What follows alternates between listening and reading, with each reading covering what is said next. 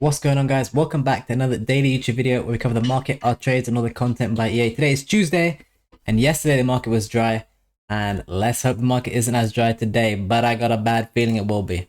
Before we get into the video, make sure you join our free trading Discord and click this button in the free trading Discord in the weekly Discord giveaway to have a chance of winning one of 7 3-day free patrons every single week, while also gaining access to free tips such as these on the Discord too, completely for free. Link in the description for that.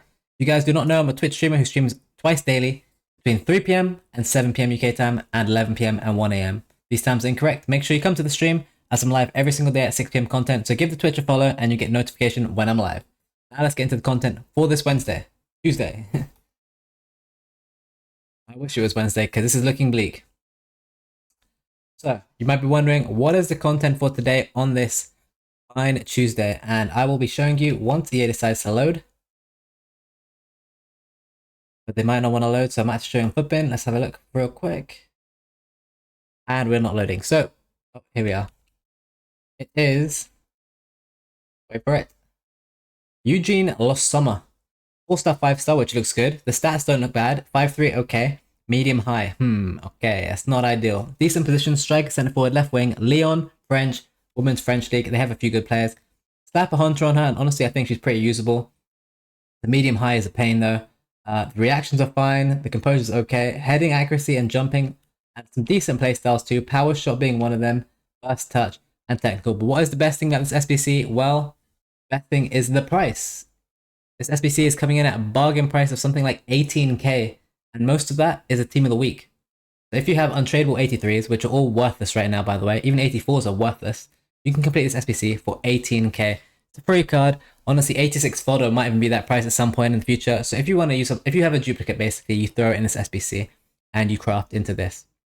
You have an 84, 85 duplicate and you have nowhere to put it.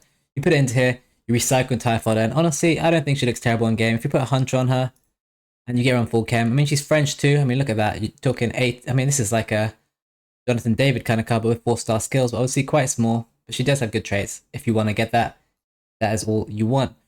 We do have some leaks in our Discord, as we always do. In the free section of the Discord too, you can have access to this. This is our leaks channel, and we have the entire Team of the Week leaked already from Twitter, as you can see from Criminal and Foot Sheriff, VVD, Bruno Fernandes, Berardi, and then no one else we care about. Maybe Otamendi. Klaus is actually an important one, I take it back.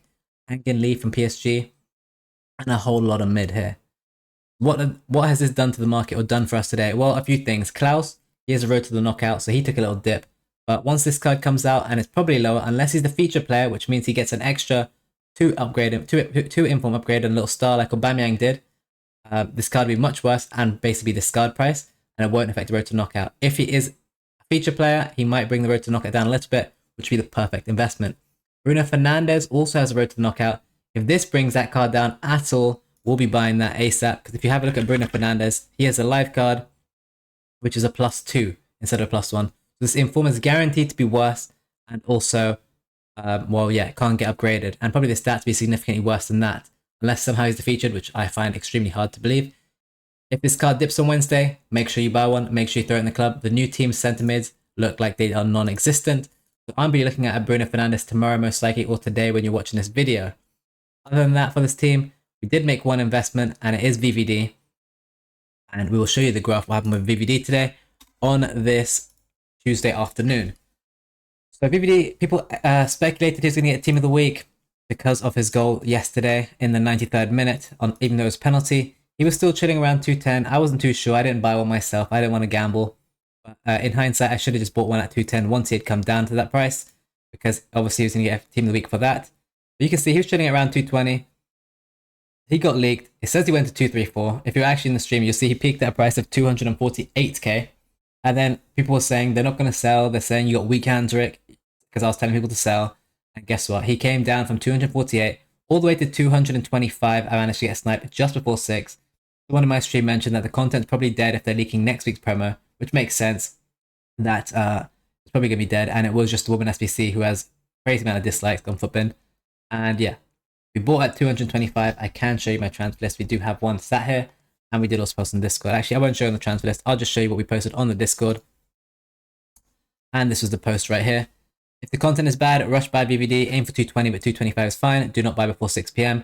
because obviously you don't know what the content is, and that'll just be safe. I did, of course, buy before 6 p.m. though, because I got a crazy 5k undercut, which I didn't think would come at 6. There's some cards we have sold today. Some W, some L's. There's the VVD, just to show you the buy price. 225k. I plan on selling this card when? Probably next Monday, so no need to panic on that. I will show you a trade we also made today, and what we have been doing to make coins. Sam Kerr, you guys should know about her. We posted this on the Patreon as well. I bought 3 at 200k. And then she went all the way to how high did she go? She basically, this card is being used a lot for coin transfer, so she's fluctuating up and down as a card we're beginning to trade. I've traded her once before, and now today I've traded her once again. I saw she had a spike rise of 235 here today, and the day before she had a crazy spike rise where she sold for 265. So I'm thinking, okay, this card can spike rise. And she seems to rise in the afternoon as opposed to in the morning. So I thought, let me try to get involved here. I did pick up at this time here, like 3 for 200k. And then right before 6, there was another 3 for 200k. And I said, you know what, I'm going to go buy it. And yeah, it did work out. The highest I paid for one was 203. Every single other one was 200k or less. And you can see here, maybe I only bought 5 in the end. Maybe I bought 2 before 6. Unless it's a random one just chilling here. It would be nice to have an extra 200k maybe. No, it was only 5. Maybe I only bought 2 at the start. Honestly, I have no idea. I'm surprised I only have 5 here. But yeah, here's the sale prices. Making around 10k per card. Easy 50k. We did rush buy Bombasta at 6 p.m. for like 107. I got 2 of her at 107. She went to 115 and didn't actually sell, and she's come back down since. Diani as well. Rush bought 2 with a Hunter at 76k. She also went to like 83k but came straight down. So taking tax loss on this card and this Bombasta. So on this Bombasta, I have 2 of them actually. I'll sell the other one. I'll probably lose another 2-3k.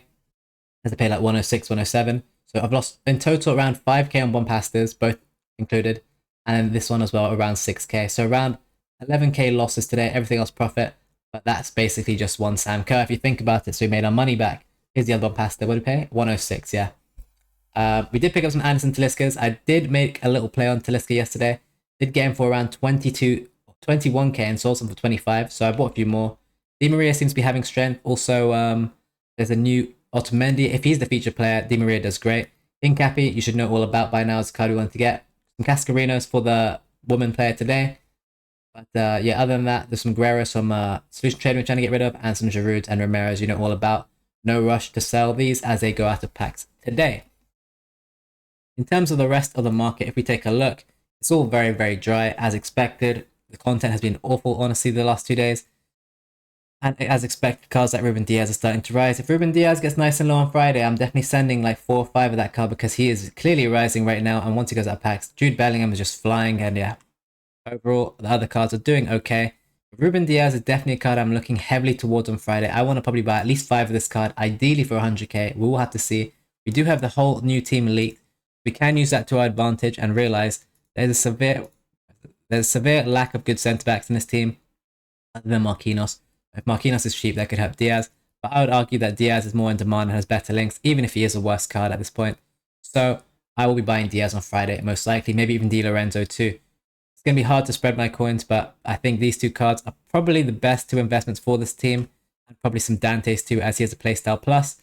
And obviously he's pretty much the same as Diaz, just a lower rating, a faster pace, and a tiny bit worse defending. So yeah, those are the kind of ways I'm going to spread my coins. Maybe even Gaia looks way too cheap too as a left back from that league.